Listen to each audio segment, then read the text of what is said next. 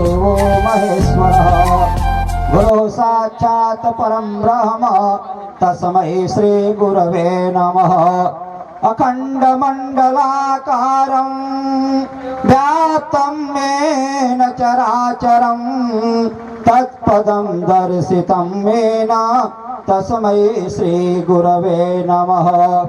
कान्ते श्रितामृषतिनिन्दितसारदिन्दो यत्रैकतो विलसिताम् असिताङ्गशोभां वृन्दावनेऽपि कृतया मुनगाङ्गसङ्गं राधा मुकुन्दयुगलं तदहं नमामि।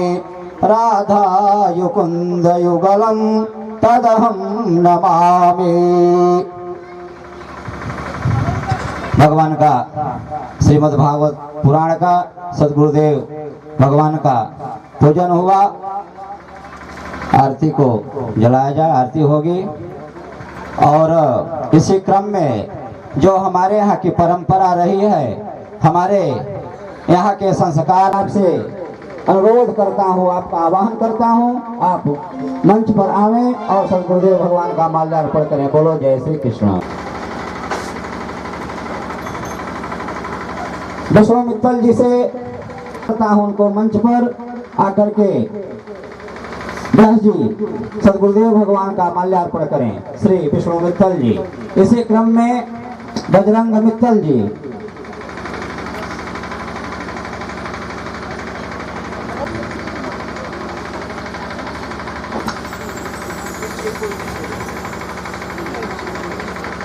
श्रवण अग्रवाल जी के नाम पर बोलिए जय श्री कृष्ण।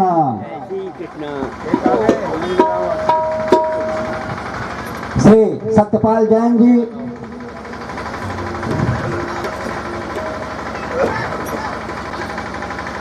जीवन को पूरे का भागी बनावे सत्यपाल जैन जी। आपसे चाहूंगा कि आप भी मंच पर आवें और माल्यार्पण करें। आपके नाम पर भी 2 बार भगवान के नाम। बोलो जय श्री कृष्ण।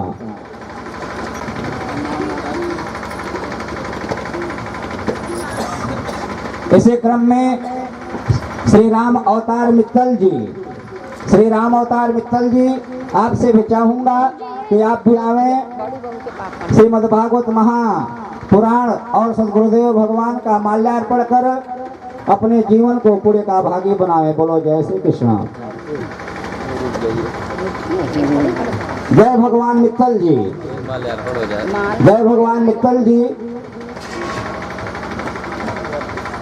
हनुमान मित्तल जी, ओम प्रकाश गुप्ता जी और यहाँ के अवकाश प्राप्त रावस्टसगंज संस्कृत महा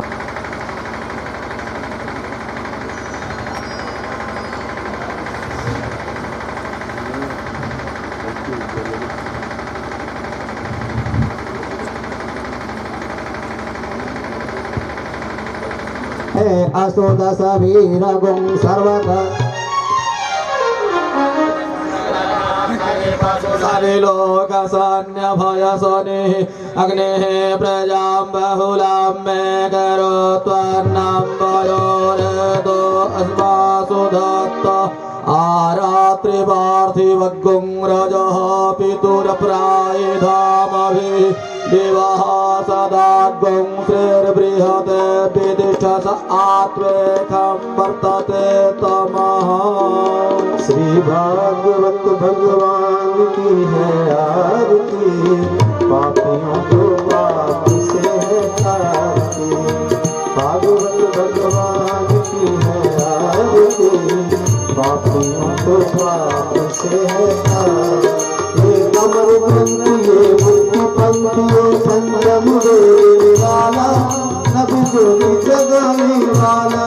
हरि नाम यही हरि नाम यही हरि नाम यही हरि नाम यही जग के मंगल की आरती।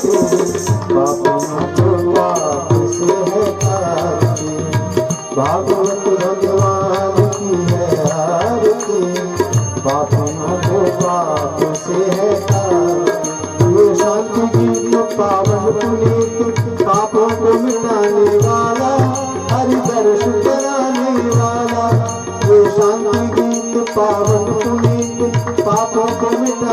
वाला, हर दर्श कराने वाला, ये सुख करनी ये दुख हरनी, ये सुख करनी ये दुख हरनी, श्री मधुसूदन की आरती। पापियों को पाप से है तारती, भागवत भगवान की है पाप से है तारती। ये मधुर बोल जग पंथ खोल, सलवार वो बताने वाला, बिगड़ी को बनाने वाला। ये मधुर बोल जग पंथ खोल, सलवार वो बताने वाला, बिगड़ी को बनाने वाला। श्री राम यही घनश्याम यही, श्री राम यही घनश्याम यही, प्रभु महिमा की है आरती। पापियों को पाप से है तारती, भागवत भगवान की है आरती। पापियों को पाप से है तारती, पापियों को पाप से है तारती, पापियों को पाप से है तारती। कर्पूरगौरं करुणावतारं संसारसारं भुजगेन्द्रहारं सदा वसन्तं हृदयारविन्दे भवं भवानी सहितं नमामि।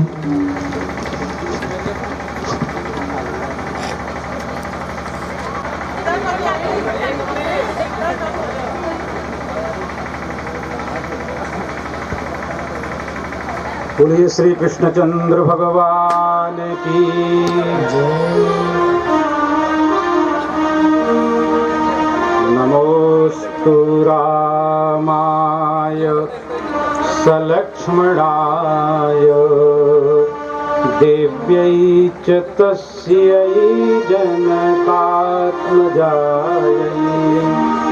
नमोस्तु रुद्रेन्द्रयमानिलेभ्यो, नमोस्तु कृतयामुनगाङ्गसङ्गम्। राधा मुकुन्द युगलम् तदहं नमामि। श्री राधा मुकुन्द युगलम् तदहं नमामि। कृष्णाय वासुदेवाय हरये परमात्मने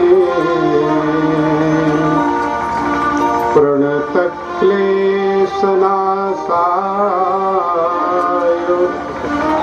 गोविन्दाय नमो नमः।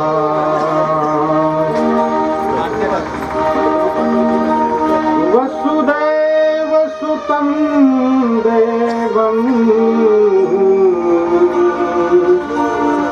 कंसचाणूरमर्दनम् देवकी परमानन्दम् कृष्णं वन्दे जगद्गुरुम्। बोले श्री कृष्णचंद्र भगवान की जय।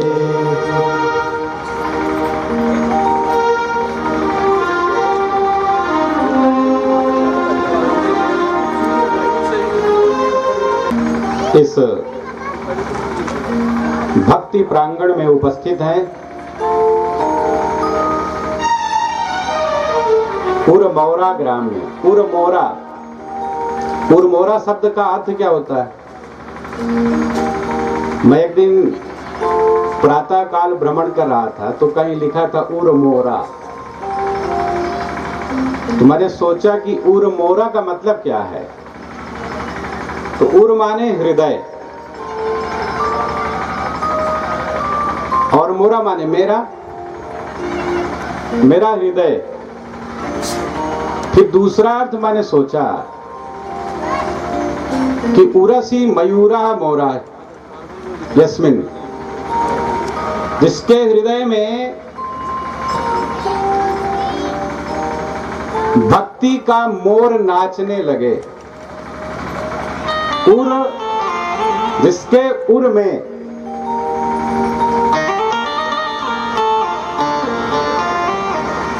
मन मयूर हो जाए। मयूर माने मोर। जो भक्त हो गया उर मोरा। भी बहुत भगवान के अवतार है, आज तो ही ना रहे, भान ही ना रहे, तो भगवान कहते हैं कि उसके पंख को मैं अपने मस्तक पर धारण कर लेता हूं। तो ये उर मोरा में बहुत प्रसन्नता की बात है कि आज चतुर्थी दिवस में भगवान का अवतरण होगा।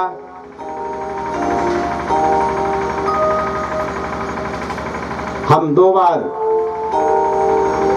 प्रभु का नाम संकीर्तन करेंगे।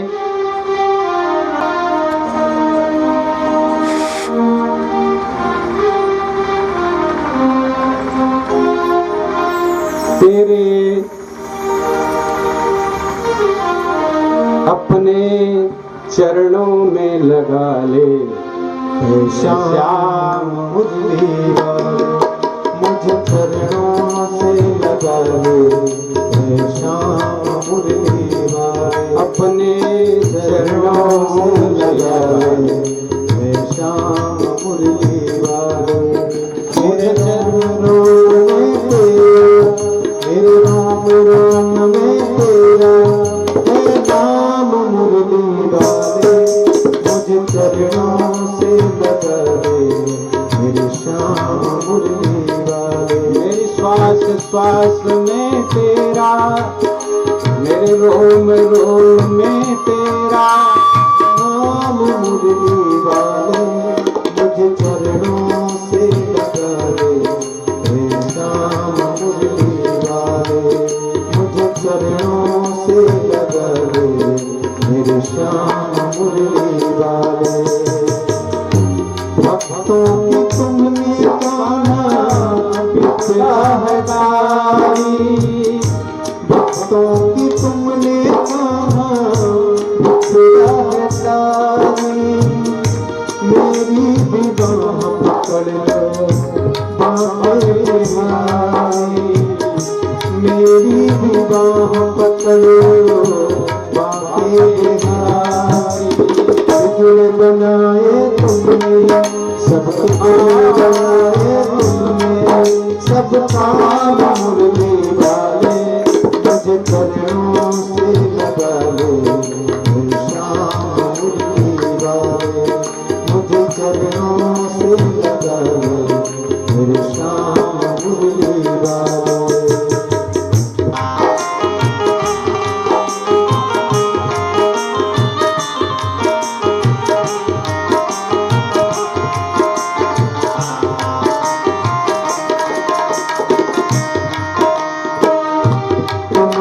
दया के सागर जन्मों की हूँ मैं प्यासी, तुम हो दया के सागर जन्मों की हूँ मैं प्यासी, दे दो सदा मुझे भी चरणों में बसना जरासी, दे दो मुझे भी चरणों में बसे जरासी।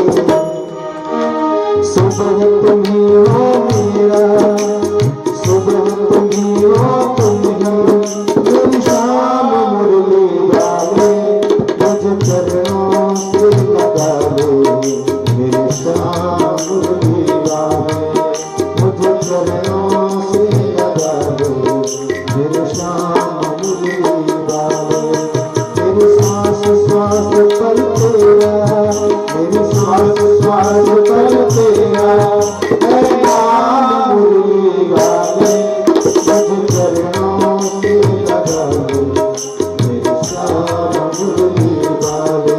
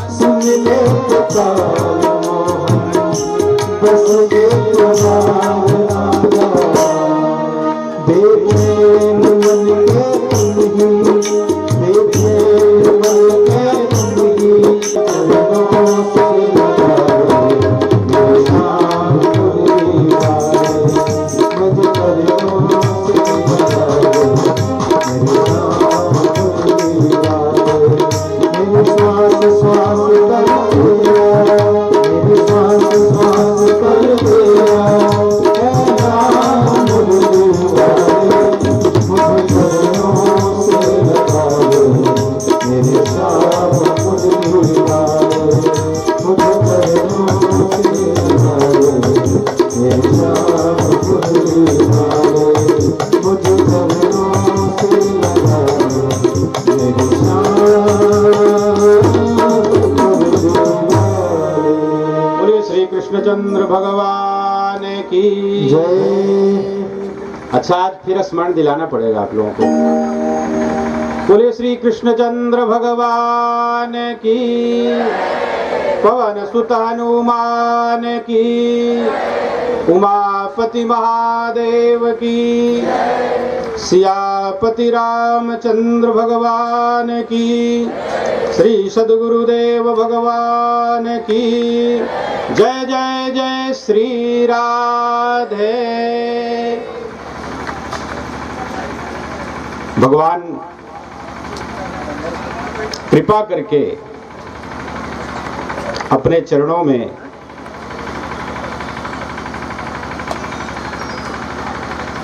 लगाते हैं, सौभाग्य प्रदान करते हैं। कल हम लोग भक्त प्रवर, कल आप लोग कथा सुन रहे थे, किसी को स्मरण है क्या? प्रहलाद जी ने नृसिंह भगवान से क्या वरदान मांगा?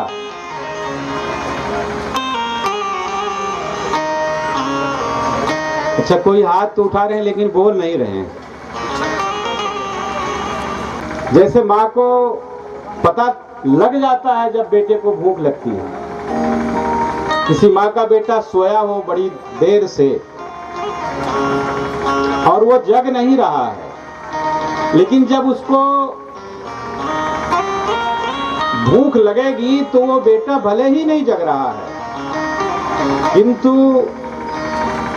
ममतामयी माँ उसे जगा के, कि बड़ी देर से सोया है, भूखा हो गया होगा, उसे दूध पिलाती है, चाहे वो जगाने में रोने लगे। कई बार बच्चे जगाने पर रोते हैं, किंतु माँ उसके रोने को नहीं मानेगी और जगा करके उसे जबरदस्ती दूध पिला देगी। इसके बाद भले ही उसको पुचकारी से थप्पी देके, लोरी गा के, पुचकार के सुला दे, किंतु उसको वो उठा के दूध जरूर पिलाएगी, चाहे वो भले ही रोने लगे। मुझे दूध नहीं चाहिए, सोने दो। तो जब ये मानव शरीर की माँ का इतना बड़ा वात्सल्य है, ऐसा ज्ञान है, तो जो जगत पिता है, जगन माँ है, उसे क्या ये पता नहीं है कि हमें क्या चाहिए?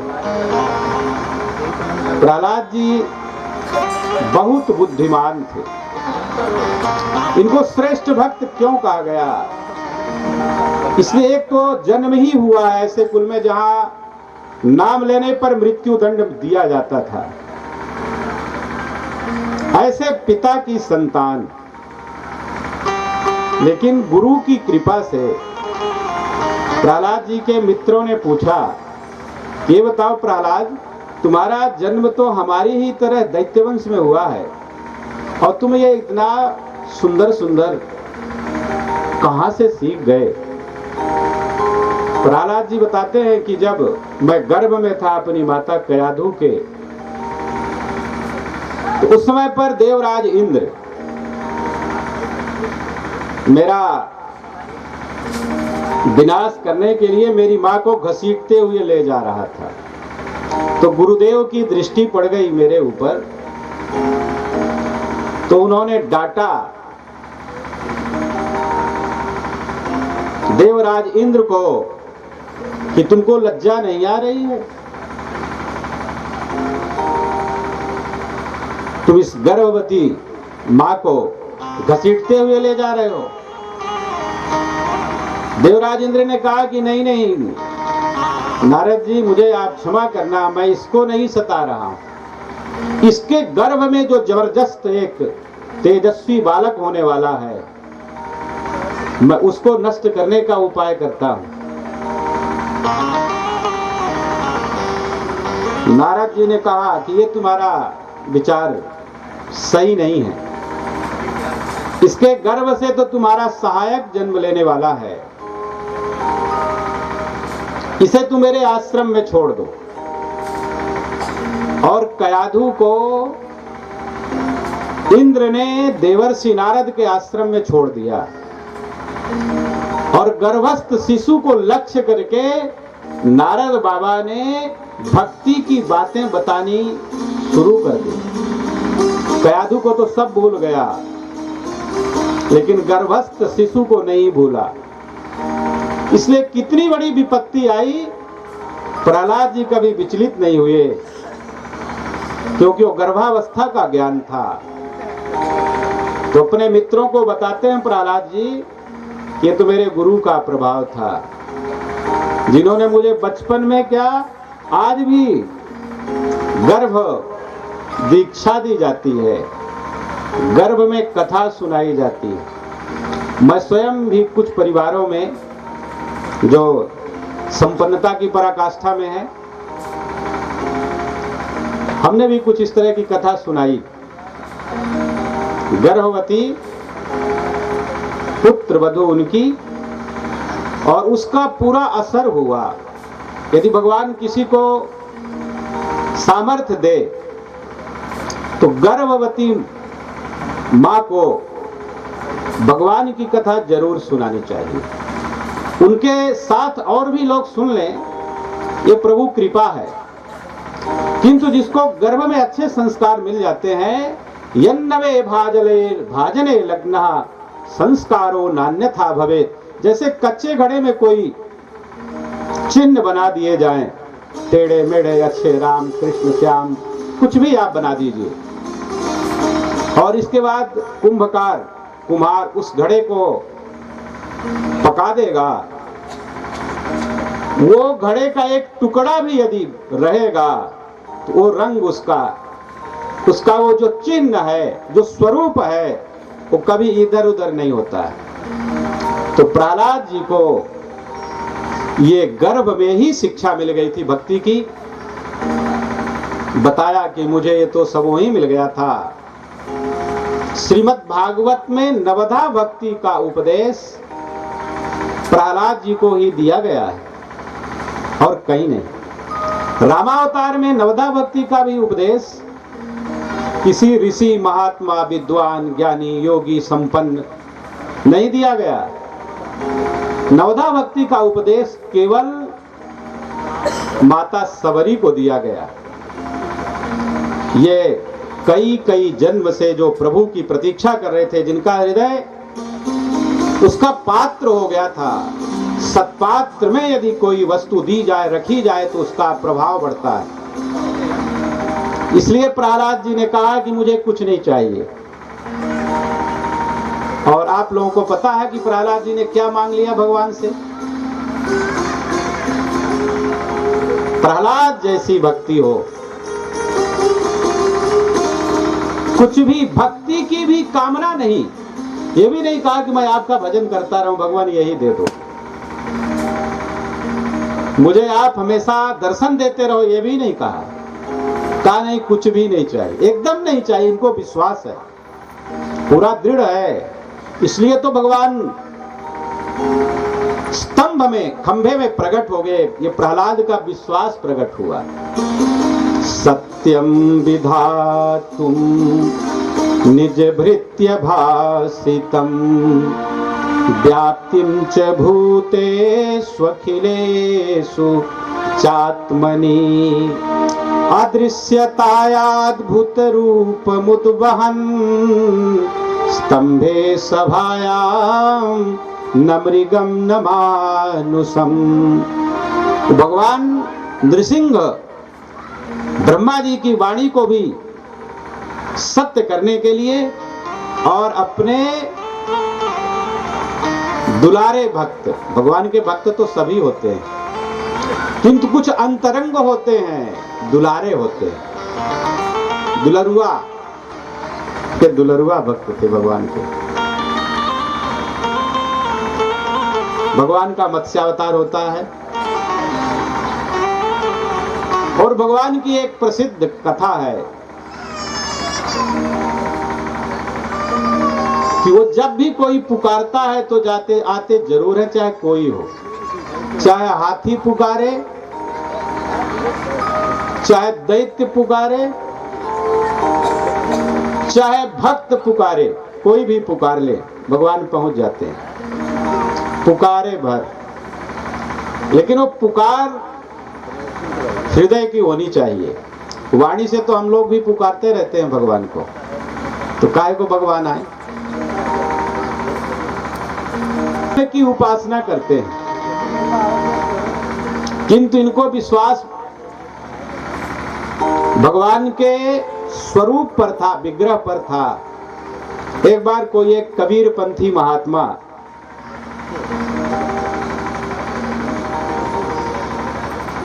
विश्वनाथ जी को जल चढ़ाने के लिए गए। बगल में ही कबीर मठ है, लौरा वीर के बगल में, सब लोग जानते ही। तो कबीर पंथी ऐसा थोड़ी है कि वो भगवान को नहीं मानते हैं। और ये भी रामानंद जी के ही शिष्य हैं, कबीरदास जी।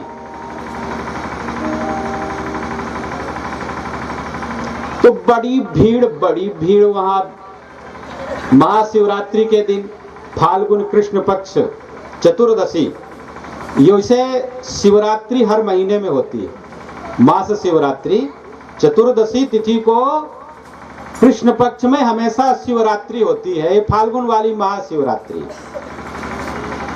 तो गए, जल लिए थक गए तो वहां से आ गए, ज्ञान वापी में बैठ गए आके।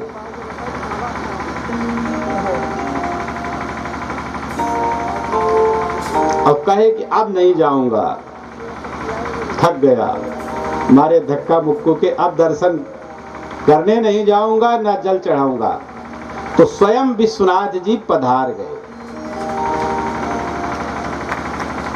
और जब आए वहां तो कहा, बाबा ये जल पिला दो मुझे। तो कहा, नहीं नहीं, ये केवल विश्वनाथ जी को ही मिलेगा और किसी को नहीं। देखी उनकी दृढ़ता को जब विश्वनाथ भगवान ने,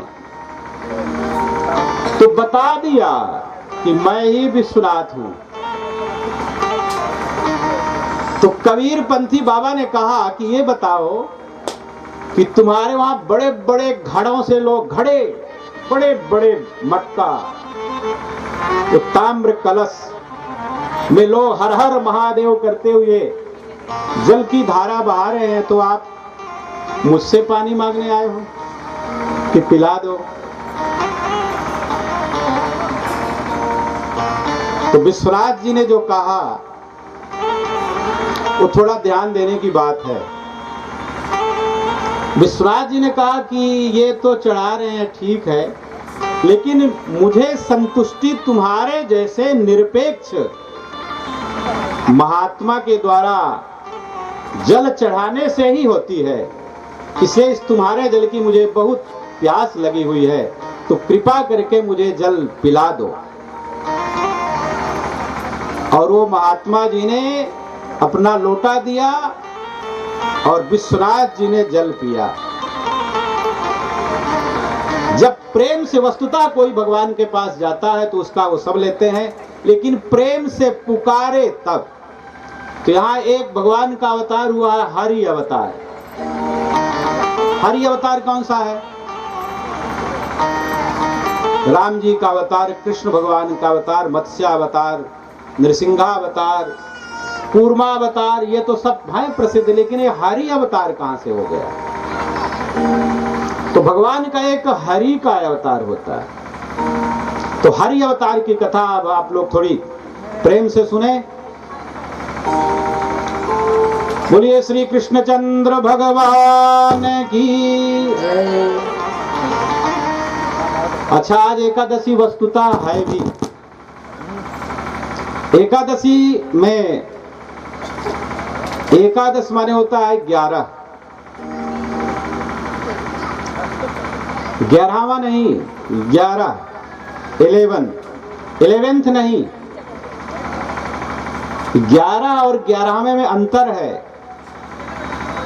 11 माने 11 हुआ ना, और 11th जो हो गया वो 11वां हुआ। तो आज एकादश माने 11 तिथि है, लेकिन एकादश का मतलब क्या है? हमारी जो इंद्रियां है ना, वो 11 इंद्रियां हैं।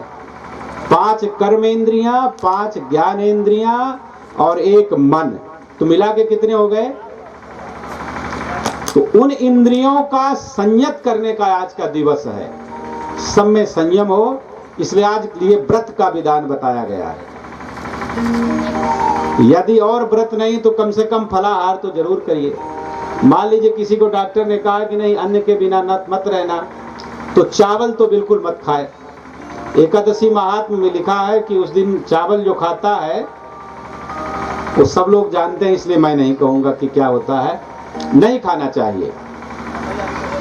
तो एक अवतार भगवान का हरि का अवतार हुआ। तो सुखदेव जी महाराज परीक्षित जी को विस्तार से बताते हैं कि त्रिकूटाचल, एक पर्वत त्रिकूट, सत्व रजतम, यही 3 कूट हैं। उसमें एक बढ़िया सरोवर है, ये संसार है, यही सरोवर है। और उस त्रिकूटाचल पर्वत में एक बार एक मतवाला हाथी चला गया, अकेले नहीं, अपने परिवार के साथ। तो इनके परिवार में कौन है? हाथी के परिवार में कौन होगा? हथिनियां और बच्चे। सबसे ज्यादा कामी संसार में हाथी बताया गया है।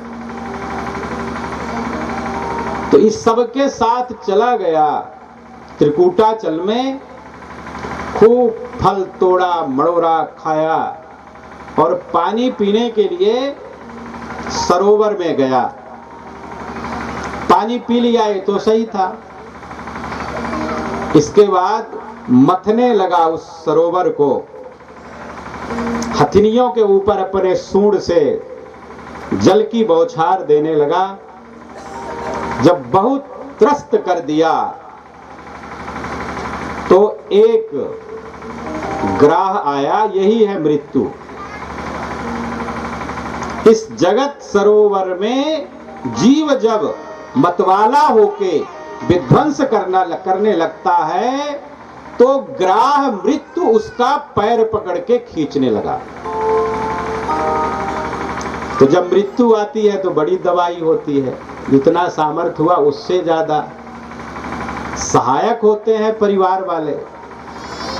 तो सब जितनी हथिनियां थी वो एक सब पूरी शक्ति लगा के बच्चे हथिनियां सब खींचने लगे उस हाथी को।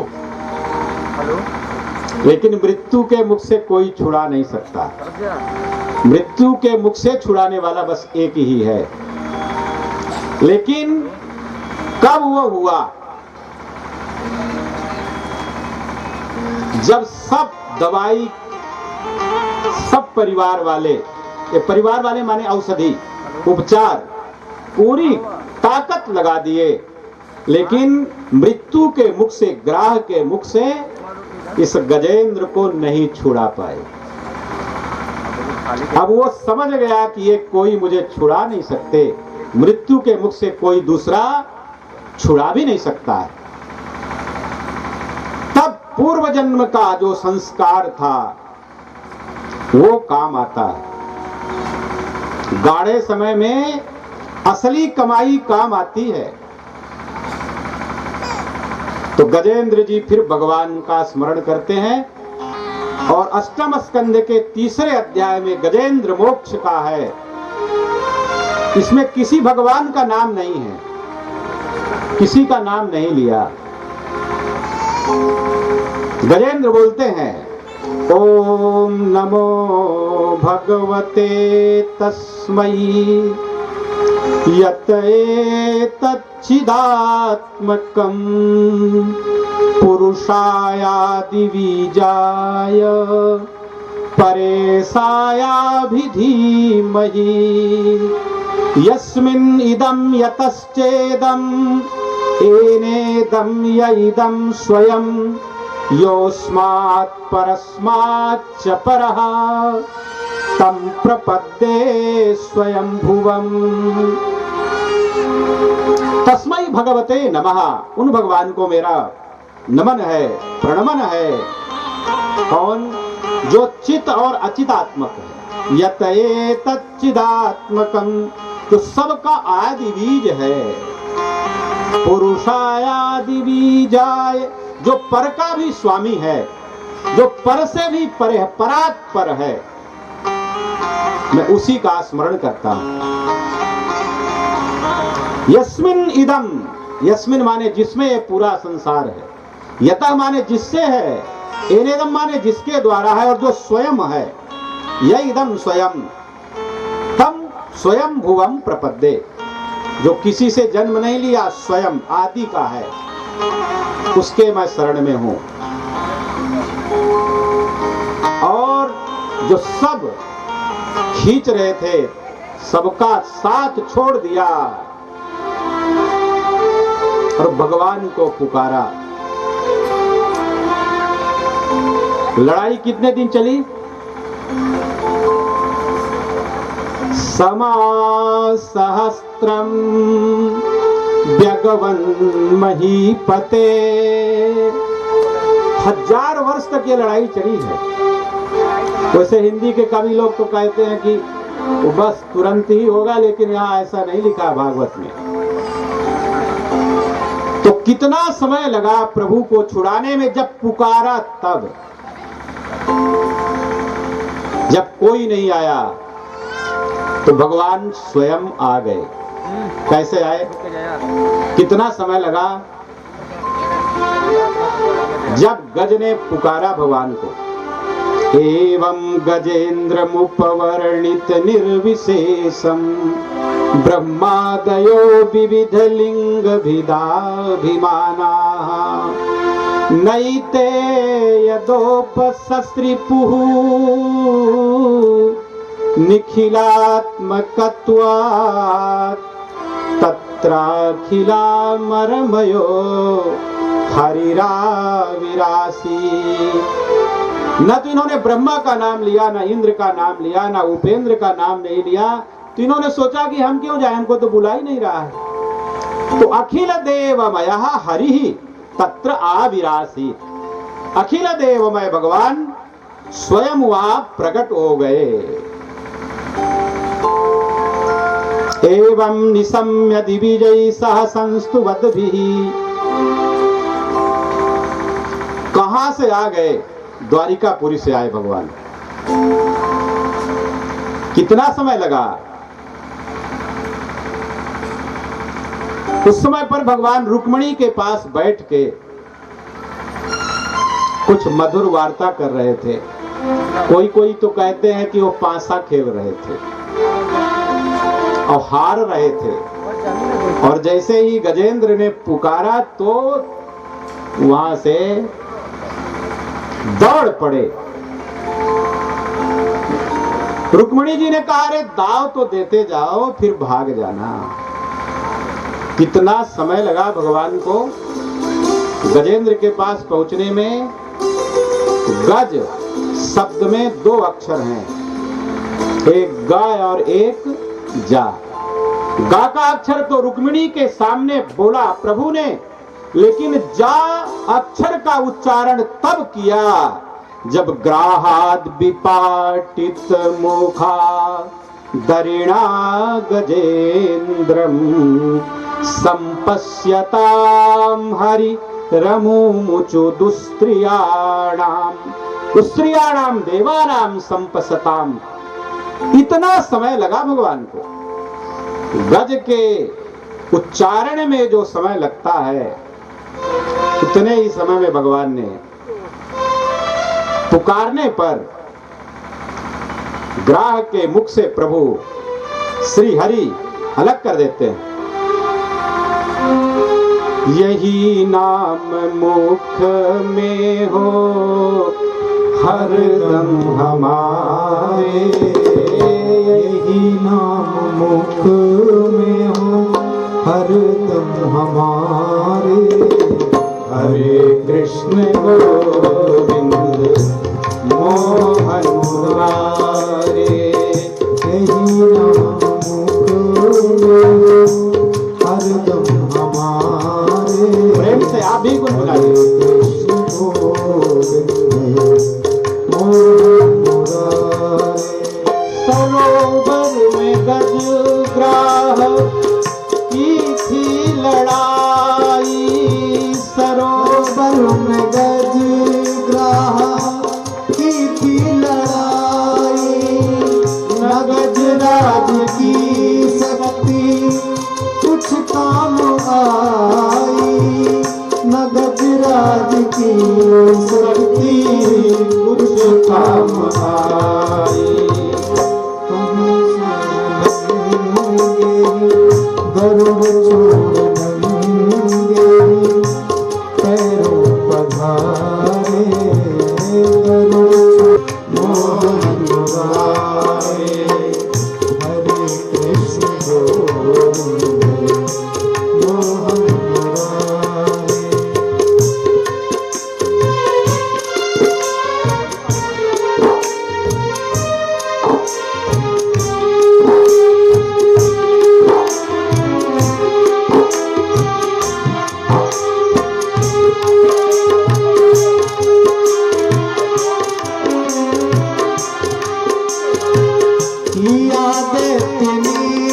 हाथ में जब गरुड़ छोड़ नंगे ही पाँव पधारे। हरे कृष्ण गोविंद मोहन मुरारे। हरे कृष्ण गोविंद मोहन मुरारे। हरे कृष्ण गोविंद मोहन मुरारे। हरे कृष्ण गोविंद। लक्ष्मी नारायण भगवान की